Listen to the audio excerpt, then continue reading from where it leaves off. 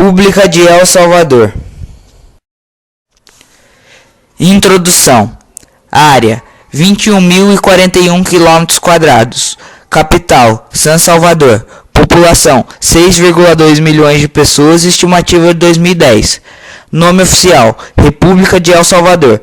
Governo: República Presidencialista. Clima: tropical. Idioma oficial: espanhol. Localização: El Salvador é limitado ao norte por Honduras, a leste também por Honduras e pelo Golfo de Fonseca, ao sul pelo Oceano Pacífico e a oeste pela Guatemala. História: até a chegada dos espanhóis em 1524, a região de El Salvador era habitada pelos índios. Tornou-se independente da Espanha em 1821, ainda unida ao México. Somente em 1856 é que o país se tornou independente. Nos anos 60, o país vivenciou uma instabilidade política, após um período de ditadura e vários golpes de Estado. A imigração de 300 mil salvadorenhos para Honduras gerou uma guerra entre os dois países. O conflito teve fim, mas a violência não. O início da Guerra Civil se deu após a morte do defensor dos direitos humanos, o arcebispo Oscar Romero, em março de 1980. No final da década de 1980, um quarto do território era dominado pelos guerrilheiros, e os esquadrões de morte agiam intensamente na cidade. Com o apoio da ONU, em 1992 foi assinado um acordo de paz. No término da década de 1990, o governo instituiu a abertura da economia, o que atraiu muitos investimentos. No entanto, o desemprego aumentou significativamente.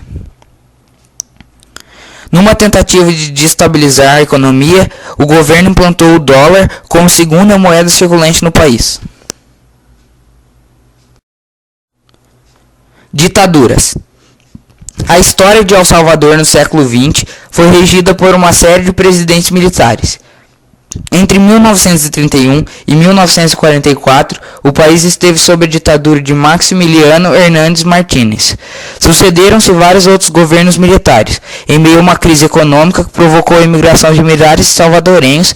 Em 1969, uma breve guerra com a vizinha Honduras, apaziguada pela intervenção da Organização dos Estados Americanos com a criação de uma zona desmilitarizada. Alguns dos presidentes militares, como Oscar Osório e José Lemos, mostraram-se um tanto simpáticos às extremamente necessárias reformas sociais e foram mantidos em xeque por seus colegas militares mais conservadores, em comum acordo com as oligarquias civis. Guerrilhas. 17 de março de 1982, a guerrilha de El Salvador. Os guerrilheiros da Frente Farabundo Marte de Libertação, FMLN, abriram uma nova frente de luta na Guerra Civil de El Salvador, dessa vez em plena capital. Até um ano antes, os guerrilheiros se restringiam às zonas rurais, só realizando ataques rápidos das cidades do interior. Os confrontos entre rebeldes e o exército salvadorenho, este último financiado pelos Estados Unidos, começaram em 1980 e se estenderam por 12 anos. O conflito deixou 75 mil mortos, 8 mil desaparecidos, 1 milhão de desabrigados e 1 milhão de exilados. Crianças de 12 anos eram recrutadas para o exército. O fato que marcou o início da atuação aberta da guerrilha foi o assassinato de Dom Oscar Arnulfo Romero, arcebispo de El Salvador, em março de 1980, enquanto celebrava a missa na capela do Hospital da Divina Providência, que foi seguido da execução de 42 pessoas durante o funeral do religioso.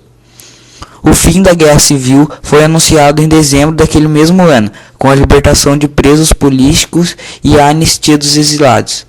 A FMLN tornou-se então um partido político. Geopolítica.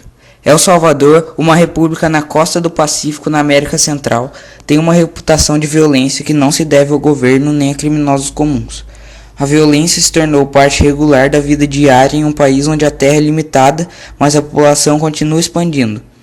É um país dominado por tensões políticas, com uma sociedade fraturada e um sistema de justiça extremamente fraco. As raízes dos esquadrões da morte de El Salvador são profundas e podem ser traçadas desde 1910, quando a Guarda Nacional foi formada para proteger os interesses dos proprietários de terra. Eles se tornaram conhecidos como instrumentos locais de terror.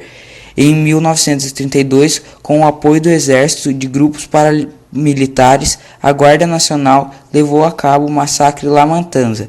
Desesperada para garantir a própria sobrevivência, agricultores começaram a organizar grupos anti-governo. O governo reagiu, reunindo os agricultores, enfileirando-os contra um paredão e fuzilando-os. Esse massacre, que aconteceu na região oeste do país, matou de 20 mil a 30 mil camponeses, com o único propósito de sufocar uma insurgência rural. O realizador da Grande Matança, ou La Matanza, foi o general Martínez, e ele defendeu sua atitude com base na região, declarando: "É mais criminoso matar uma formiga que um homem, porque um homem renasce na morte, enquanto uma formiga morre para sempre."